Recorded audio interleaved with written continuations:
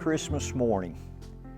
And as we all get excited about the day ahead, I just want to take a moment just to remind you of a chapter in the book of John, but then just one verse in the book of John that reminds us what today is all about.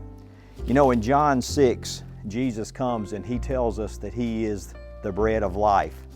But there's one verse I just want to mention this morning. In John 6, verse 51, it reads, "I am the bread of life that came down from heaven. If anyone eats of this bread, he will live forever. The bread that I will give for the life of the world is my flesh."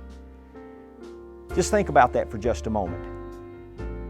The God of heaven stepped out of heaven and came to earth and put on flesh. That's what we call the incarnation of Jesus Christ. God became flesh. And you know, the way I think about it is, let's put it this way. You can take God out of heaven, but you can never take heaven out of God. So Jesus, the Bible teaches, was fully God, fully man. And He tells us some important things right here in this one verse. I am the living bread that came down. He came down to earth in order to show us, not tell us, but to show us what God was like. And He says, if anyone eats of this bread, he will live forever. Jesus is telling us, by coming and being born, God had a plan.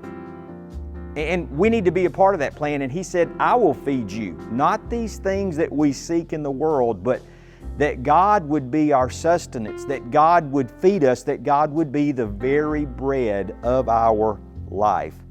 And He says we'll live forevermore. He came that we might have the bread of life because, see, we're all dying. Every one of us. As soon as we're born,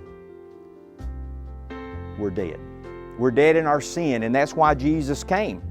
Listen to the latter part. The bread that I will give for the life of the world is my flesh.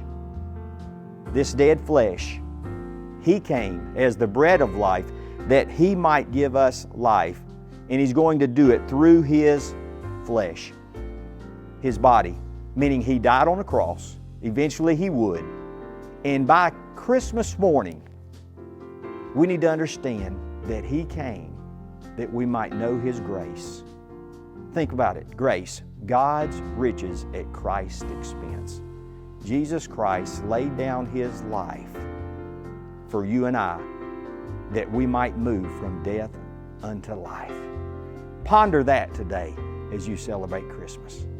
Merry Christmas.